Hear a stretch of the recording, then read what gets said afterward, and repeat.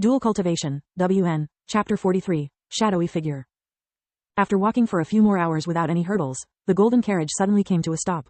The guard narrowed their gazes at the shadowy figure in the front, and the old man slowly stood up.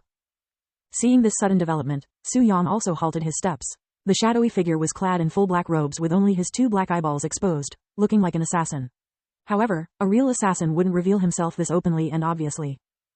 Is this some kind of joke? The old man opened his mouth to ask the shadowy figure. The Moonlight Blades had sent you, a single Earth Spirit Realm expert here, despite being aware of my presence? The shadowy figure chuckled and said in a hoarse-sounding voice, I am only here to pass on a message to the young lady inside that carriage on the behalf of my king. If you do not obediently hand over the 100 Poisons body by the time the next full moon is present, then we will have no choice but to take it by force, said the shadowy figure. When the soldiers on the horses heard the message, their eyes radiated with anger. How imprudent, have you forgotten who we are? Even if the Moonlight Blades were to attack us with full force, you wouldn't even get past the front gate. One of the guards shouted loudly. How dare you threaten the young lady? It will only be a matter of time before we find your hideout and wipe you out, said another guard. Ha ha ha, the shadowy figure burst out laughing. Of course, if we were to fight you head-on, our Moonlight Blades would stand no chance. However, who do you think we are? You should know better than anyone else that we will never fight fists with fists. Su Yang silently listened to the conversation being held by the two parties, both of them with a seemingly profound background. Although he has never heard of the Moonlight Blades before, they seem to be some sort of faction that lives in the shadow. The 100 Poisons body, Su Yang pondered the name. Is that all you have to say? Said the old man, who has been silent this whole time. If that's all, then you may die now. The old man suddenly retrieved a paper fan from inside his robe and gently waved it at the direction of the shadowy figure. A powerful ripple appeared from the paper fan the moment the old man waved it, causing it to fly towards the shadowy figure.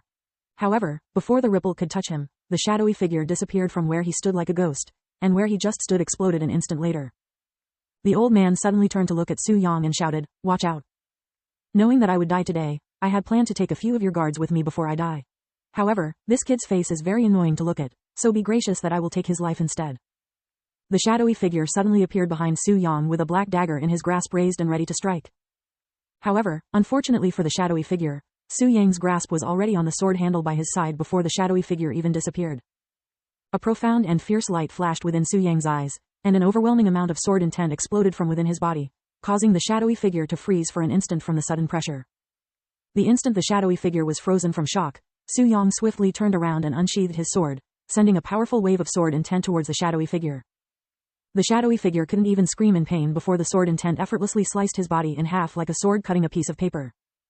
After cutting the shadowy figure in half, Su Yang coldly snorted at the corpse on the floor. Did you think that I wouldn't notice your obnoxious gaze staring at me? This is not the first time something like this has happened before. The guards and the old man watched Su Yang return his sword into its scabbard with shocked expressions. What just happened? At one moment the shadowy figure disappeared from their views and an instant later he became a corpse with his body cleanly sliced in half, laying beside that young man who has been suspiciously following them. Sword intent. When the guards finally returned from their astonishment, they realized that it was sword intent that the young man had used to kill the shadowy figure. What terrifying sword intent! Even the heavenly spirit realm old man was shocked by the destructive power and pressure shown by the sword intent. It was something even a heavenly spirit realm expert like him would not be able to replicate. The old man jumped off the carriage and approached Su Yang. Young man, what is your name? He asked. Xiao Yang. If you don't mind me asking, how old are you? Su Yang did not instantly answer and instead silently looked at the old man, seemingly in deep thoughts. When the old man saw his calm expression, he smiled and said, I was immensely impressed by your sword intent, but your appearance makes it difficult for me to see you as a mere junior. What does my age matter? The only thing that matters in a fight is one's strength and wisdom. Anything else is irrelevant. Su Yang's words left the old man speechless. Senior Zhang, is everything fine out there? A sweet feminine voice resounded from inside the golden carriage, causing the old man to turn around. Young lady, the threat is no longer here, said the old man named Senior Zhang. Then let's continue our journey. We don't have much time to spare here. Senior Zhang looked at Su Yang with a bitter smile. Although I wish to talk more to you about your sword intent, we are in a hurry.